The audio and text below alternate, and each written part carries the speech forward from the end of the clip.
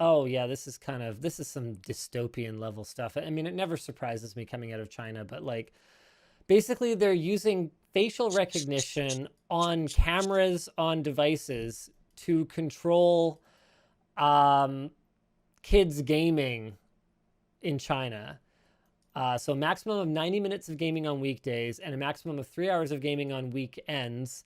And there are spending limits in games, in my opinion. That's like a good thing, but it should just be everyone, not just kids. Or there should be, I mean, you know what? I don't have the answer to that industry. I don't actually know. No, you should be able to buy as much stuff as you want if you really want to, freedom, etc. But there's got to be a way to, There uh, should just be better parental controls, in my opinion. well, I don't know. Okay, because like you look at something like the lotto industry, right? They have Yeah. regulations. Gambling has regulations, so it should be regulated. I just don't have the right answers, and I'm not an expert in that field. But basically, you're Oh, right. Because sorry, I don't buy these things, so I sometimes forget they kind of exist. I guess the spending money on games, they're talking about loot boxes. yes, exactly.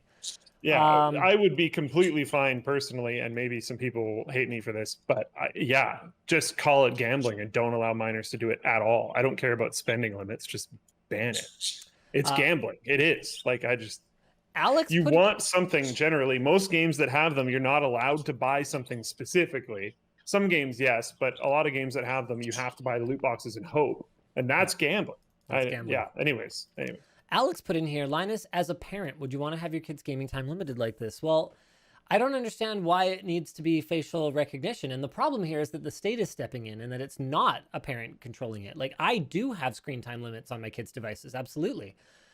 But I don't need facial recognition because they're my children and I know where they are and what they're doing because they're my freaking kids. And I'm able to make that decision. If I decide, you know what, great job, winning your badminton tournament. Um, you got a ton of exercise this weekend because you played a tournament. You can play video games for however long today. Like that's You can relax on Sunday or whatever. Yeah, sure. exactly. Like that's my decision. And the state stepping in and making it for me, like, yes, I agree with limiting kids' exposure to this stuff, but I don't agree with my government coming in and telling me how to do it. With that said, it's clear that they have a problem in China with parents not enforcing screen time limits because gaming addiction appears to be a bit of an epidemic over there. With Is that it? said, Is it more than it is here? Do we know that? I don't know if we know that for sure, but we do know that culturally, very, very, very long periods of time spent gaming has been more of a norm in Asia for longer than it has been here. That we do Okay. know. Um, so what we know is that there is at least this perception that it is not being taken care of by the parents, and you could point at all kinds of reasons for that. I mean, part of the problem might be the what is it? What is it called? The however 996. I want to say uh, the 996 working hour system is blah blah blah work schedule. So 9 a.m. to 9 p.m. 6 days a week is the 996 working hour system in China. There's a lot of people there opposing it because it's like a very excessive work culture.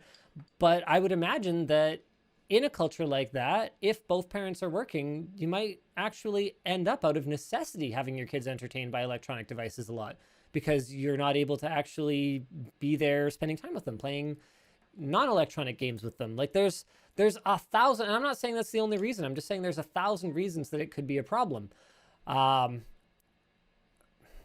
so I don't have the solutions, but in my for my sensibilities, the government stepping in and enforcing how often and how long my kids can use electronic devices sure as heck isn't it.